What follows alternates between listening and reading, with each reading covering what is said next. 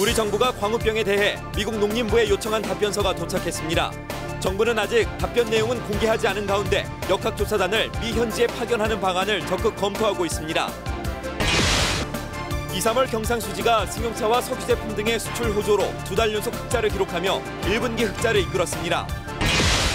삼성전자가 올해 1분기 영업이익이 약 5조 8천억 원으로 사상 최대를 기록했다고 밝혔습니다. 반도체는 보전했지만 스마트폰과 LED TV가 효자 노릇을 했습니다. 서울 재건축 아파트 값이 총선 2주 만에 반등에 성공하며 규제 완화에 대한 기대감을 나타냈습니다. 안녕하십니까. OBS 경제플러스입니다. 첫 소식입니다. 미국에서 발생한 광우병과 관련해 정부가 미국 측에 요청한 답변서가 도착했습니다. 정부는 역학조사단을 현지에 파견하는 방안을 적극 검토하고 있습니다. 김성현 기자입니다. 농림수산식품부는 미국 농무부에 요청한 광우병 관련 질의서에 대한 답변이 오늘 오전 10시쯤 팩스로 도착한다고 밝혔습니다. 답변은 A4 용지 5장 분량으로 내용을 검토한 뒤 공개할 예정입니다. 앞서 농식품부는 광우병소의 연령과 발생 장소, 정형 비정형 여부 등 12가지 항목의 질문서를 미 농무부에 보냈습니다. 정부는 이와 함께 역학조사단을 현지에 파견하는 방안도 검토하고 있습니다. 국민들 안심을 위해 가지고는 실제로 가보는 것도 맞겠다는 생각이 하고 있습니다. 그래서 그 부분은 우리가 미국 측에도 한번 요청을 했습니다. 역학조사단에는 시민단체와 민간 전문가를 포함하는 방안도 검토하고 있습니다. 또 광우병의 과학적 분석을 위해 미국의 발생 젖소의 사체 샘플도 요청할 예정이며 국내에서 미국산 쇠고기가 호주산이나 한우 등으로 불가피할 가능성을 차단하기 위한 원산지 표시 단속도 강화하기로 했습니다. 농식품부는 국민들의 의혹을 해소하고 정확한 국내의 정보를 공유하기 위해 대책반을 구성해 가동에 들어갔습니다. 한편 한우협회는 오늘 오전 과천정부청사 앞에서 기자회견을 열고 미국산 쇠고기의 전량 회수와 폐기를 촉구했습니다. 한우협회는 성명에서 광우병은 잠복기가 길어 해당 소가 감염된 건 훨씬 이전일 거라며 이같이 주장했습니다. OBS 뉴스 김성현입니다. 삼성전자가 올해 1분기 영업이익이 5조 8,500억 원으로 사상 최대를 기록했다고 공시했습니다. 효자 종목인 반도체는 이익이 감소했지만 스마트폰과 LED TV가 실적을 견인했습니다. 김창문 기자입니다. 삼성전자는 국내 사업장을 합한 올해 1분기 매출 45조 2,700억 원, 영업이익 5조 8,500억 원으로 집계됐다고 공시했습니다. 이는 지난 6일 발표했던 잠정 실적치보다는 매출은 2,700억 원, 영업이익은 500억 원 늘어난 수치입니다. 영업이익은 분기 기준으로 사상 최대치입니다. 매출은 1년 전과 비교해 22.4% 늘었고 사상 최대치를 기록했던 전분기인 지난해 4분기보다는 4% 감소했습니다. 반면 영업이익은 1년 전보다 98%, 전분기보다 10% 증가했습니다. 영업이익을 부문별로 보면 그동안 효자 종목이었던 반도체가 1년 전보다 54% 감소했습니다. 하지만 반도체를 제외한 사업군에서 영업이익이 개선됐습니다. 특히 스마트폰은 1년 전보다 193% 증가한 4조 2,700억 원을 보여 전체 실적을 이끌었고 LED TV 등 생활가전이 550% 늘어난 5,300억 원을 기록했습니다. 삼성전자는 2분기에 유럽 경기 불확실성이 남아있지만 미국 경기 회복 기대와 중국의 성장 지속 등에 힘입어 반도체가 살아나고 스마트폰 신제품 출시로 실적 강세가 이어질 것으로 전망했습니다. 이에 따라 삼성전자 주식은 장중 사상 최고가인 136만 9천 원을 기록했습니다. OBS 뉴스 김창문입니다. 지난달 경상수지가 승용차와 석유 제품 등의 수출 호조로 흑자폭을 대폭 키우며 1분기 흑자를 이끌었습니다. 이상희 기자가 보도합니다. 지난달 경상수지가 2달 연속 흑자를 기록했습니다. 한국은행은 지난달 수출이 474억 2천만 달러, 수입이 444억 2천만 달러로 경상수지가 30억 4천만 달러 흑자를 기록했다고 밝혔습니다. 유럽 재정위기 영향으로 지난 1월 2년 만에 9억 7천만 달러 적자를 기록했던 경상수지는 2월 5억 6천만 달러 흑자로 전환하더니 지난달에는 흑자폭을 30억 달러 이상으로 키운 겁니다. 이에 따라 올해 1분기 경상수지 흑자는 26억 3천만 달러를 나타냈습니다. 지난해 1분기 26억 1천만 달러와 비슷한 수준입니다.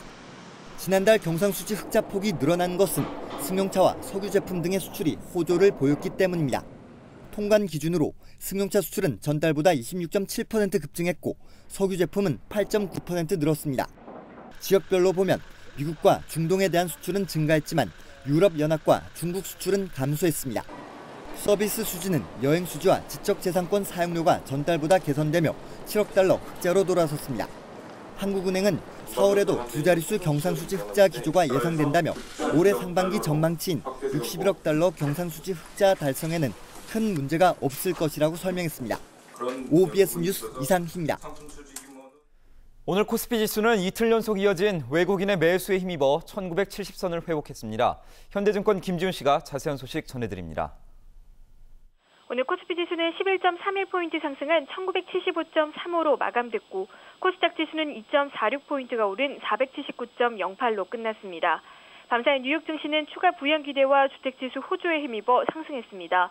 삼성전자가 1분기 사상 최대 영업이익을 기록했고 코스피 지수도 이에 영향을 받으며 상승 출발했습니다. 개인의 차익 실현성 매물에 밀려 개장 초보다 오름폭이 줄어들었지만 외국인의 강한 매수에 힘입어 지수는 1970선을 회복하며 이틀 연속 상승세로 장을 마쳤습니다. 업종별로는 의료정밀과 전기전자, 통신, 기계업종이 상승한 반면 화학과 의약품 업종은 하락했습니다. 종목별로는 삼성전자가 사상 최고가를 또다시 경신했고 SK하이닉스가 3% 넘게 오르는 등 IT주가 강세를 보였습니다. 기아차가 1분기 깜짝 실적 발표로 상승했고 삼성물산도 실적 기대감 속에 3% 넘게 오르는 등 시가총액 상위 종목 전반이 상승세를 보였습니다. 지금까지 현대증권에서 전해드렸습니다. 네, 경제플러스 부동산 포커스 시간입니다. 오늘은 한파 속에서도 기지개를 켜고 있는 봄 분양 대전에 대해 살펴보겠습니다. 부동산 1번지 최훈식 실장 연결돼 있습니다. 안녕하세요.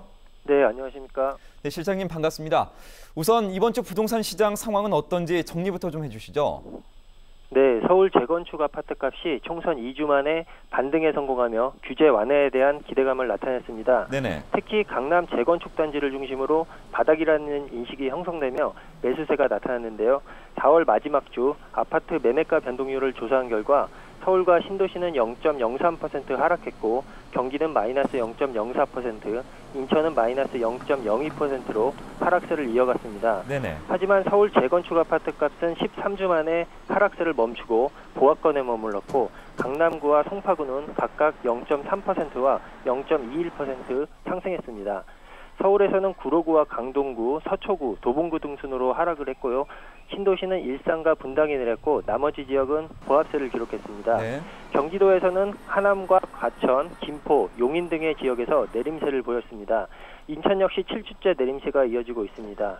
한편 전세시장은 이사철 수요 감소와 윤달 진입으로 거래 없이 한산한 모습을 나타냈는데요.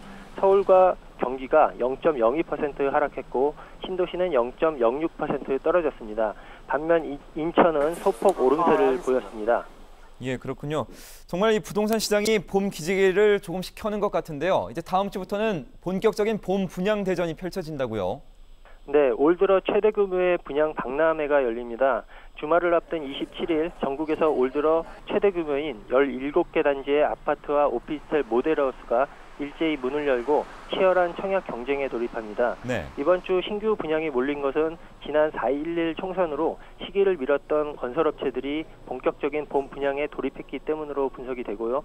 27일 문을 여는 단지 중 서울 등 수도권에서 뛰어난 입지 여건을 갖춘 재개발과 재건축 물량이 몰려 있는데요.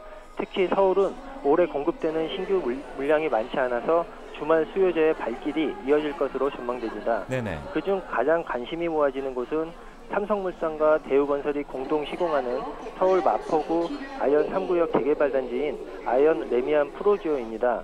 또한 강남권 재건축 단지도 모델하우스가 오픈을 하는데요. 네. 롯데건설이 서초구 서초동 3위 2차 아파트를 재건축하는 서초 롯데캐슬 프레지던트입니다. 지방에서도 세종시와 부산 등 청약 열기가 뜨거운 지역의 단지들이 대거 방문객을 맞을 예정인데요.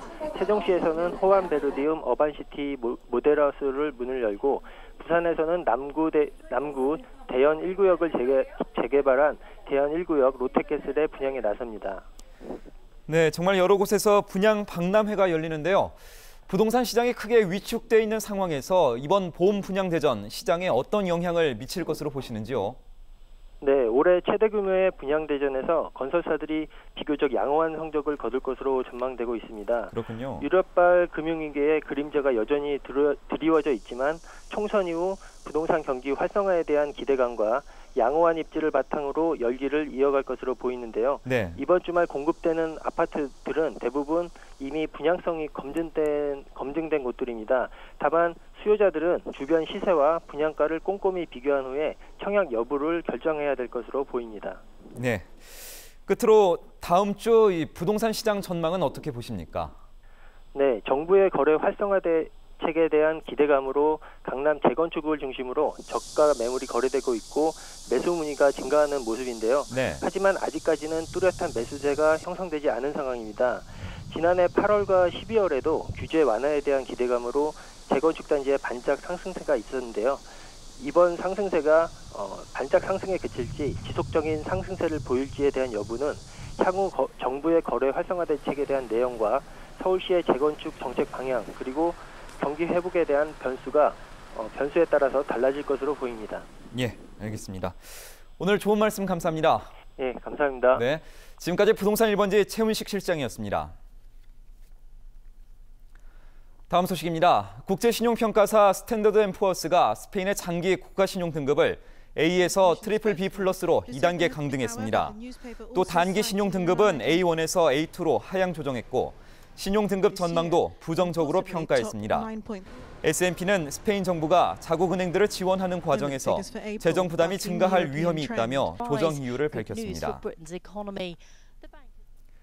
통계청이 발표한 지난 2월 인구 동향 자료를 보면 출생아 수는 1년 전보다 2,400명 증가한 4만 600명, 사망자 수는 4,100명 늘어난 2만 5천 명으로 집계됐습니다. 혼인 건수는 2만 5,600건으로 2,000건 늘었고 이혼 건수 역시 9,400건으로 1,100건 증가했습니다. 한편 지난 3월 국내 인구 이동자 수는 71만 7천 명으로 1년 전보다 10만 8천 명 줄었습니다. 알뜰 주유소가 가짜 경유를 판매하다 적발됐습니다. 지식경제부는 전남 순천의 한 알뜰 주유소가 한국석유관리원의 품질 점검 중 가짜 경유를 판매하고 있었다고 밝혔습니다. 지경부는 해당 알뜰 주유소에 물량을 공급한 업체에 대한 역추적을 통해 유통 과정을 조사할 방침이며 자치단체의 행정처분이 확정되면 석유공사와의 공급 계약을 해지할 계획입니다. 지난 23일 혁명 무력의 특별행동이 곧 개시된다고 위협한 북한이 연평도 포격 사태는 경고 수준에 불과했다며 이번에도 그 정도로 그치리라 생각한다면 오산이라고 밝혔습니다. 북한의 대남 선전용 웹사이트 우리민족끼리는 어제 논평에서 특별행동의 대상과 소요 시간까지 구체적으로 통보했다며 우리 혁명 무력은 절대 빈말을 하지 않는다고 거듭 경고했습니다. 조선중앙통신 등 관영 매체들도 이명박 대통령에 대한 원색적인 비난을 계속하며 무력 도발을 암시했습니다. 끝으로 날씨입니다. 내일은 전국이 대체로 맑겠으나 중북부 지방은 낮에 가끔 구름이 많겠습니다. 내일 새벽 서해 5도를 시작으로 서울 등 중북부 지방에는 낮에 옅은 황사가 나타날 가능성이 있습니다. 아침 기온은 서울 11도, 인천 10도 등 전국이 5도에서 15도, 낮 기온은 19도에서 28도로 포근하겠습니다. 어르신들이 참 많이들 들어두신 라이나 OK 실버 보험 직접 보시고 여러분들 전화로 확인해 보세요. 내가 나이가 70이 넘는데 진짜 가입시켜주는 거 맞아요? 네, 아버님. 50세에서 80세라면 문제없이 가입되세요. 내가 몸이 안 좋아서 병원에 다닌 적도 있는데 그래도 정말 문제없이 가입할 수 있나요? 네, 어머님. 괜찮으세요. 건강에 상관없이 가입되세요. 걱정 없이 전화하셔도 되겠죠? 50세에서 80세라면 건강에 상관없이 가입되는 건 물론이고 가입 2년 후 사망 시 장례비나 필요한 곳에 요긴하게 쓸 수 있도록 사망보험금을 일시금으로 드립니다. 나도 처음엔 긴가민가 했는데 전화를 해보니까 1년이 넘은 나도 진짜 가입시켜주더라고. 이 보험 증서를 보면 마음이 든든해. 마지막 가는 길에도 자식에게 부담 주기 싫으시죠? 그래서 이 보험 준비해 두시고 많이들 든든해 하십니다. 근데 매달 얼마씩 내고 얼마나 받는 건지 궁금하시다고요? 전화만 하시면 자세하게 알려드립니다. 지금 전화해서 알아보세요. 1577-8049 1577-8049 취조계약 7년 만기 이후 5년마다 갱신을 통해 최대 86세까지 보장되며 갱신 시 보험료가 인상될 수 있습니다. 고의적 사고 및 2년 이내 자살 제외. 이상으로 OBS 경제플러스를 마칩니다. 시청해주신 여러분 고맙습니다.